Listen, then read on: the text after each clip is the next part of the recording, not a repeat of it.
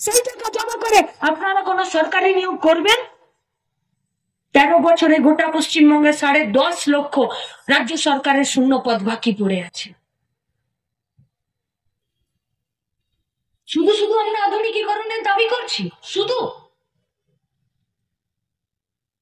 দামোদর নদীটা ড্রেজিং না করানো হলে দুবার লোকগেট ভেঙে গেল। গোটা দুর্গাপুর জলের জন্য হা হুতাশ করতে লাগলো, শুধু পানীয় জলের জন্য। কে জানে না আয়রন এন্ড স্টিল কোম্পানি বা কোন একটা শিল্প সে তার প্রোডাকশন জলের উপরে নির্ভর করে? কি আছে? কিছু নেই। দুর্গাপুর কর্পোরেশনের ভোট হবে, 4টে বোম পড়বে, সকাল 10টার সময় আঙুলে লাগানোর কালি স্কুল মাঠে ঘোরাঘুরি করবে, প্রিসাইডিং অফিসারের কানে চেম্বার ঘটানো হবে, দুপুরবেলা বিরিয়ানি হবে, তার আগে 5 দিন মাছ মাংস ডিমের ঝোল আর মদ মুরগা চলবে, খিচুড়ি চলবে, তারপরে ভোট হয়ে যাবে, তারপরে লুটের একটা কর্পোরেশন তৈরি হবে, তারপরে যেখানে যাও বাস চলে যাও, তারপরে প্রশাসক বসিয়ে দেবে আর ভোট হবে না। প্রশ্ন করার জায়গা আছে?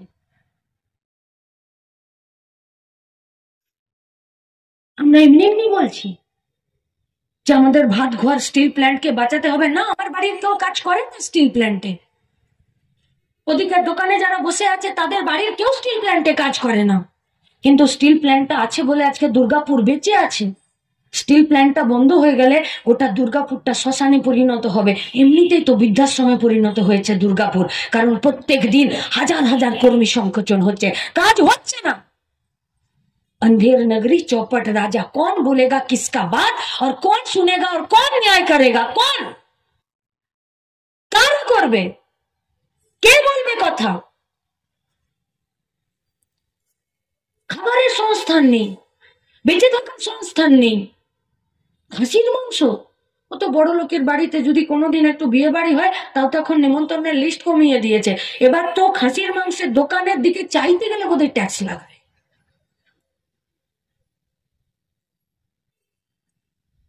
শীতকালে আপনি হাঁসের মাংস খাবেন 530 টাকা কিলো গোটাতে, ছাল ছাড়িয়ে তারপরে মাংস কমে যাবে। দেশি মুরগি খাবেন 470 টাকা কিলো। মাছ পরে বলবো। ডিমের ট্রেতে ডিম লাগানো আছে, ডিম ফুটেও বাচ্চাটা বেরিয়ে বলছে পকেটে 10 টাকা আছে, তবে আমার দিকে চাইবে, নইলে ওই দিয়ে পাড়াতে যাও। পাড়ার গরিব ছেলে কোথার থেকেও আড়ত থেকে দুটো মাছ এনে এ পাড়া ও পাড়া, এ আবাসন ওই আবাসনে বিক্রি করতে যাচ্ছে। বলছে নিয়ে নিন দিদি, কারণ আর একটু পরে বেলা বেড়ে গেলে, রোদ বেড়ে গেলে যদি মাছের পেটটা টিপে যদি একটু নরম হয়ে যায়, যে দামে কিনছি ওই দামে পারবো না বেচতে। বয়স্ক ভদ্র মহিলা উপর থেকে নামতে পারছেন না, বলছেন ঠিক আছে কেটে দাও।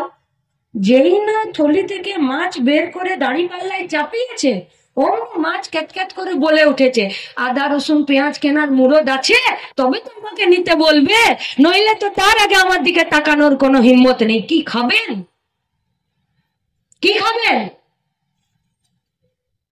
এ ভারতবর্ষে প্রতি বছর বাজেট পেশ হয় আর আমাদের পুষ্টিতে খাবারের টাকা কেটে দিচ্ছে। মজুমদার শুভেন্দু অধিকারীদের কত ঝাপাতে দেখি না কোনোদিন, লং জাম্প হাই জাম্পেও দেখি না। কই কারখানা তৈরির লড়াইয়ে কই দেখতে তো পাই না। 2275টা কারখানা যারা দেবে, যারা ফার্ম করবে, আজকে তারাই পশ্চিমবঙ্গ ছেড়ে চলে যাচ্ছে। কালকে আনন্দবাজারে বেরিয়েছে, কালকে। কেউ জিজ্ঞেস করছে শিল্পের দপ্তর, তার নীতি, তার পলিসি কোথায় যাব বলতে পারেন? দুটো পথ, এক পরিযায়ী শ্রমিক হয়ে চলে যাও, নইলে ডিকিতে বোম বেঁধে নিয়ে ভোটের সময় লুটপাট করতে যাও, পার্মানেন্ট চাকরি জন্য। গোটা সমাজটাকে অপরাধীকরণের দিকে নিয়ে যাচ্ছে, গোটা সমাজটাকে দুর্নীতির দিকে নিয়ে যাচ্ছে, গোটা পরিবেশটাকে নোংরা করার দিকে নিয়ে চাড়া দিয়ে ওঠে। তখন আরজিকর ঘটে। এতদিন হাঁটালে বিটালে হসপিটালে, রাস্তায়, বনে, ঝোপে, ঝাড়ে, আড়ালে তুলে নিয়ে গিয়ে জোর করে রেপ করতো, মার্ডার করতো। আজকে অন ডিউটি ডাক্তারকে তার নিজের ডিপার্টমেন্টে তার নিজের লোকরা আজকে ধর্ষণ করে খুন করলো। इस पश्चिम बंगाल का बच्चा बच्चा जानता है कि কেন মেয়েটা রেপ হলো আর কেন খুন হলো আর কারা করলো। इसीलिए आज पश्चिम बंगाल का जनता सवाल पूछता है, হার্জিকরটা কিছু হলো না বলো? হতাশ নয়, প্রশ্নের মধ্যেই নতুন সম্ভাবনার বীজ রয়ে গেল। কারণ সিবিআই যে নাচটা নাচছে মমতা ব্যানার্জির উঠোনে দাঁড়িয়ে, পশ্চিমবঙ্গের মানুষ বুঝে গেল আরজি করে ন্যায় হচ্ছে না। তাই সাধারণ মানুষ বলছে আরজি করে কিছু হলো না বলো। যেটা তো মানুষের স্যাটিসফ্যাকশন থাকার দরকার ছিল যে আরজি করে সঞ্জয়টার কে ট্রায়াল চলছে, তাকে কোর্টে হাজির করছে। তাহলে তো পশ্চিমবঙ্গের সাধারণ মানুষের মনে একটা ন্যায় ব্যবস্থার প্রতি, আইনের শাসনের ব্যবস্থার প্রতি একটা ভরসা থাকতো যে আর যাই হোক পুলিশ যেটা ফেল করলো সিবিআই সেটা করে দেখাচ্ছে। কিন্তু না, मीडिया से लेकर आम जनता तक और यहाँ तक कि পানিহাটির বাপমা পর্যন্ত বলছে যে কেউ কিছু করলো না। অমিত শাহের সঙ্গে দেখা করার চিঠি দিলাম, উনি পশ্চিমবঙ্গে এলেন কিন্তু একবারও দেখা করলেন না। আর বিজেপির জন্যে আমরা বিধানসভাতেও গেলাম কিন্তু কেউ কিছু করছে না। তার মানে আরজি করের নিহত ডাক্তারের মা বাবাও বুঝছে যেটা হচ্ছে সেটা আসলে বিচার হচ্ছে না, প্রহসন হচ্ছে। কেন? क्यों?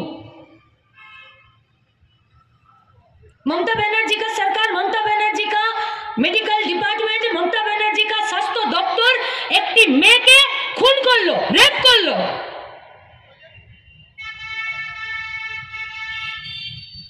হসপিটালের পুঁজ লাগা তুলো, রক্ত লাগা ব্যান্ডেজ, ইনজেকশন দিয়ে সিরিঞ্জটাকে ভেঙে দিয়ে গার্বেজে যে সিরিঞ্জটা ফেলে দেয় সেইটা, ওষুধের খাপ থেকে ওষুধটা বের করে নিয়ে যে কাগজের বাক্সটা ফেলে দেয় সেইটা, স্যালাইনটা চলে যাবার পর ফাঁকা প্লাস্টিকের বোতলটা যেখানে রাস্তায় ফেলে দেয় সেইটা, এগুলো বিক্রি করেও সন্দীপ ঘোষরা পয়সা কামিয়েছে।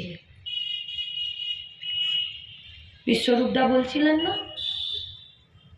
मोनेटाइजेशन पाइपलाइन, उसके पास रेल था वो बेच दिया, उसके पास कोल था वो बेच दिया, उसके पास दुर्गापुर केमिकल लिमिटेड था वो भी 31 दिसंबर को बंद होने के कगार पर है। और इसके पास रेल, कोल और केमिकल लिमिटेड नहीं था, इसके पास मुर्दा घर में कुछ मुर्दा था तो वो उसी को बेच दिया। ভাবতে পারেন যে একটি ডাক্তার যে গোটা সমাজের সুস্থতার দায়িত্ব নেয়, সে মর্গে পড়ে থাকা ডেড বডির সাথে সহবাস করিয়ে পর্ন ভিডিও বানিয়ে সেটা বাজারে বিক্রি করছে। और उसके बाद उसका मंत्री उसको प्रमोशनल ट्रांसफर प्राइज पोस्टिंग दे रही है। হবে? হবে না, संभव नয়। बहुत सारा सवाल है आरजी कर को लेकर। কেন বললেন সুইসাইড? কেন মা বাপকে দেখা করতে দিলেন না? কেন জোর করে নিয়ে শ্মশানে 3টে ডেড বডি টপকে দিয়ে আর শ্মশানে গিয়ে পানিহাটিতে বিরাট পুলিশের দুর্গ বানিয়ে দিয়ে মেয়েটার ডেড বডিটা পুড়িয়ে দিলেন? কেন বাপ মা পর্যন্ত শেষে সৎকারের টাকা দিতে পারলো না? কিসের জন্য পুলিশ গেছিল তার বাড়িতে টাকা দেওয়ার জন্য? কেন মমতা ব্যানার্জি অন ক্যামেরা ঘোষণা করলেন যে মেয়েটা তো ফিরবে না, 10 লাখ নিয়ে নাও? কেন? কিসের জন্য? কেন 13 তারিখ সন্ধ্যাবেলা আরজি করে সেমিনার হল ভাঙার জন্য কে দিয়েছিল ওয়ার্ক অর্ডার? কোন কোম্পানিকে, কোন ঠিকাদারকে, কে সাইন করেছিল? কেন গোটা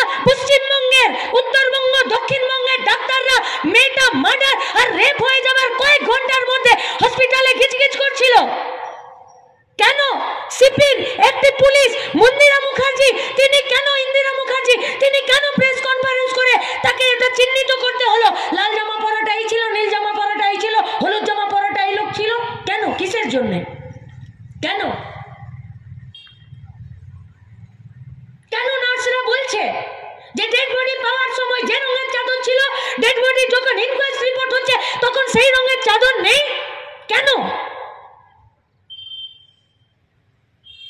কেন তাদেরকে টালা থানাতে ঘন্টার পর ঘন্টা তার বন্ধুকে এবং তার মা বাপকে জোর করে পাঠিয়ে দিয়ে সেখানে দাঁড় করিয়ে দেওয়া হলো? क्यों प्रेस के साथ बाप माँ को एक बार भी बात करने नहीं दिया? अरे हम लोगों को नहीं दिया, छोड़ दीजिए, कथा बोलते दिल ना। क्या? क्योंकि आरजीकर मेडिकल कॉलेज का जो प्रिंसिपल है সন্দীপ ঘোষ, তার বিরুদ্ধে বহু বছর আগের থেকে হাজার পাতার দুর্নীতির রিপোর্ট ভিজিলেন্সের টেবিলে বসে ধুলো খাচ্ছে। 2021 সালে এই আরজি করে 4তলা বিল্ডিং এর ছাদ থেকে আরও একটি মেয়ে পড়ে আনন্যাচারাল ডেথ হয়েছিল এবং গোটা পশ্চিমবঙ্গের যত আত্মহত্যার ঘটনা এবং মিস্টেরিয়াস ডেথের যা যা ঘটনা ঘটে তার বেশিরভাগটা আরজি করের পোস্টমর্টম ডিপার্টমেন্টে সেখানে পোস্টমর্টম হয়। ওই জন্যই তো টালা থানার ওসি সে অ্যারেস্ট হয়ে গেল, একটা ঘটনার জন্য নয়। এবার আপনাদের কাছে আমাদের প্রশ্ন, বিশ্বাস করেন এ পশ্চিমবঙ্গে অন্যায় অত্যাচার নির্যাতনের বিরুদ্ধে কোনো বিচার হবে? এটা প্রথম ব্রুটালি রেপ অ্যান্ড মার্ডার না, এর আগে অসংখ্য ঘটনা ঘটেছে। বিশ্বাস করতে পারছেন? কালকে আপনার বাড়ি থেকে কারো হাত পা টেনে নিয়ে চলে যাবে, তারপরে এই পশ্চিমবঙ্গের পুলিশ থেকে শুরু করে সরকার, আইনি বিচার ব্যবস্থা তার কোনো নিদান দিতে পারবে, তার কোনো ন্যায় করতে পারবে? খেতে পাচ্ছি না, কাজ নেই, কারখানা বন্ধ, নতুন করে কারখানা আর তৈরি হচ্ছে না, পুরনো কারখানা যা ছিল তার চিহ্ন পর্যন্ত নেই, ঠেলাতে লোহা লক্কড় ভাঙা টিনকা ডিব্বার মতন কারখানা বিক্রি হয়ে যাচ্ছে, বস্তিতে আজ ঢুকছে আর সেই বস্তির প্রত্যেকটা ছেলেকে মেয়েকে যারা কর্মক্ষম তাদের মেধাকে আর তাদের গতরকে একদম মাটিতে মিশিয়ে দিয়ে সবটা নষ্ট করে দেওয়া হচ্ছে। কাহা মিলেগা ন্যায়? न्याय मिलेगा रास्ते पर। आज बाबा साहेब आम्बेडकरेर मृत्यु दिन। মানুষের উদ্দেশ্যে মানুষের তৈরি করা সংবিধান আমরা নিজেদেরকে অর্পণ করেছিলাম যে এই সংবিধান আমরা আমাদেরকে দিলাম। আজ ভারতবর্ষের মাটিতে, পশ্চিমবঙ্গের মাটিতে সেই সংবিধানকে রক্ষা করা, ভারতীয়ত্বকে রক্ষা করা, ভারতের বহুত্ববাदকে रक्षा करा, भारतेर वैचित्र के रक्षा करा, विविधता में एकता को रक्षा करने के लिए एकमात्र उपाय है, जिस उपाय का नाम है रास्ता। रास्तार मानुषेर प्रयोजने सरकार गठन हय, रास्तार मानुषेर प्रयोजने रास्तार दाबिते पुलिस प्रशासन বিচার বই আইন কানুন হসপিটাল সব তৈরি হয়। সেই রাস্তায় দাঁড়িয়ে থাকা মানুষের স্বার্থে যদি আইন কানুন বিচার ব্যবস্থা তারা কাজ না করতে পারে তাহলে রাস্তায় থাকা মানুষের অধিকারের মধ্যে পড়ে সেই ব্যবস্থাকে ভেঙে দিয়ে তছনছ করে দিয়ে সাধারণ মানুষকে সাথে নিয়ে আইনের শাসনকে প্রতিষ্ঠা করতে, সংবিধানকে রক্ষা করার কাজও আমাদেরকে করতে হবে। তাই যারা আমাদের এই মাঠের বাইরে দূরে দাঁড়িয়ে আমাদের কথা শুনছেন, आप लोगों के पास हम लोगों का विनती है, अगर 9 अगस्त 2024 आज 14 अगस्त माझरात 2024 पर किसी को लगता है कि अरे गलत ट्रेन पकड़ लिए तो दूसरे ही स्टॉपेज में उतर जाइए और वापस आ जाइए। जितना देरी होगा डिसीजन लेने में वापस आना उतना ही महंगा पड़ेगा। ताई रास्ताय दाঁড়িয়ে মানুষের স্বার্থে, কাজের স্বার্থে, রুটির স্বার্থে, রুজির স্বার্থে, ঐক্যের স্বার্থে, সম্প্রীতির স্বার্থে আসুন। লড়াইটা রাস্তাতেই হোক, দেখা রাস্তাতেই হোক, রাস্তায় জোর কদমে টিকে থাকার লড়াইয়ে প্রত্যেককে সামিল হওয়ার আহ্বান জানিয়ে আমি আমার কথা শেষ করছি। ইনকালাব জিন্দাবাদ।